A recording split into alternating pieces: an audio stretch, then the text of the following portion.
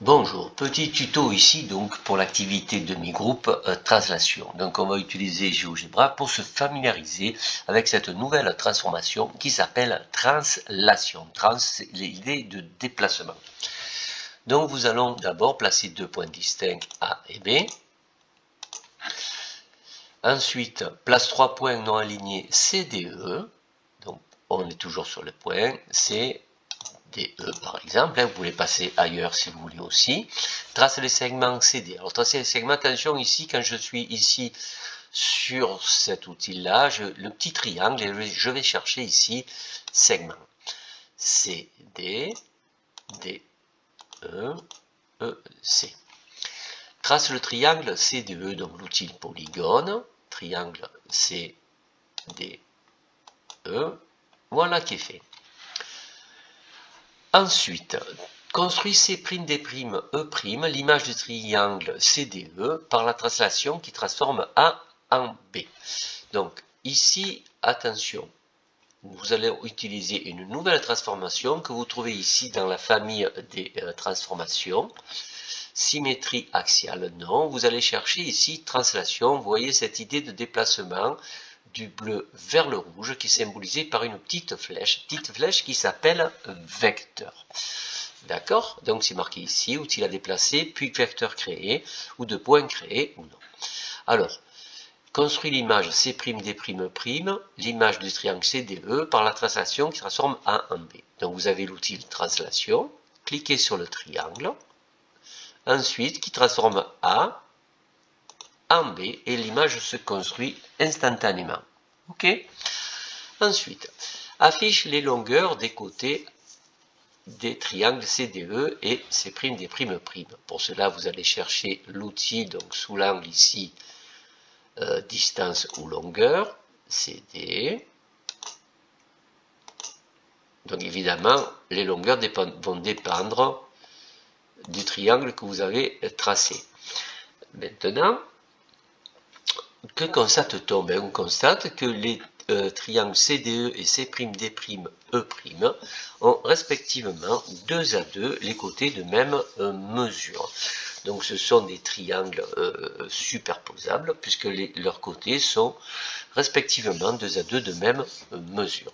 On va afficher maintenant la mesure des angles. Pour cela, outil angle, et il vous suffira de cliquer à l'intérieur des deux triangles pour vérifier que les triangles CDE et C', D', E' ont respectivement les mesures des angles 2 à 2 de même mesure. Pour lever le nom des angles, très facile, affichage algèbre, vous allez sélectionner tous les angles, c'est le plus facile que je vous dis ici, et propriété, vous mettez simplement afficher étiquette, simplement la valeur.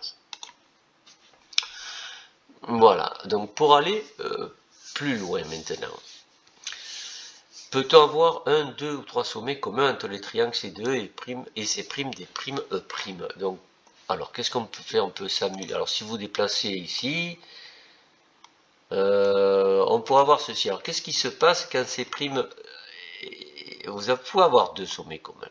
Regardez, observez le vecteur AB. Et ici, ce vecteur CD, que se passe-t-il? Eh bien, je vous laisse découvrir, vous réfléchissez un petit peu. Donc, on peut avoir ces deux sommets communs quand le déplacement de A vers B est exactement le même que de C vers D. D'accord? Donc, on aurait pu aussi, donc au lieu de déplacer notre triangle, déplacer ici le point A et B de manière à avoir ici, tac, on peut avoir 1. On peut aussi déplacer et l'avoir ici, d'accord? Observez bien comment se placent à ce moment-là les points, et on peut l'avoir ici aussi. Ok? Bien. Donc, est-ce qu'on peut avoir les trois?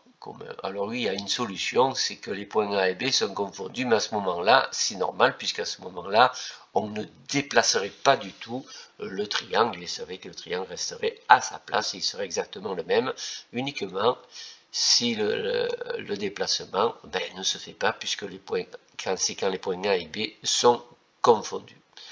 Voilà, j'espère que ce petit tuto vous aura permis de vous familiariser, 1, avec GeoGebra, et 2, avec cette nouvelle transformation qui s'appelle translation. Notez que ce déplacement de A vers B porte le nom de vecteur qui est symbolisé par une flèche. Voilà, je vous dis bye bye, à très bientôt.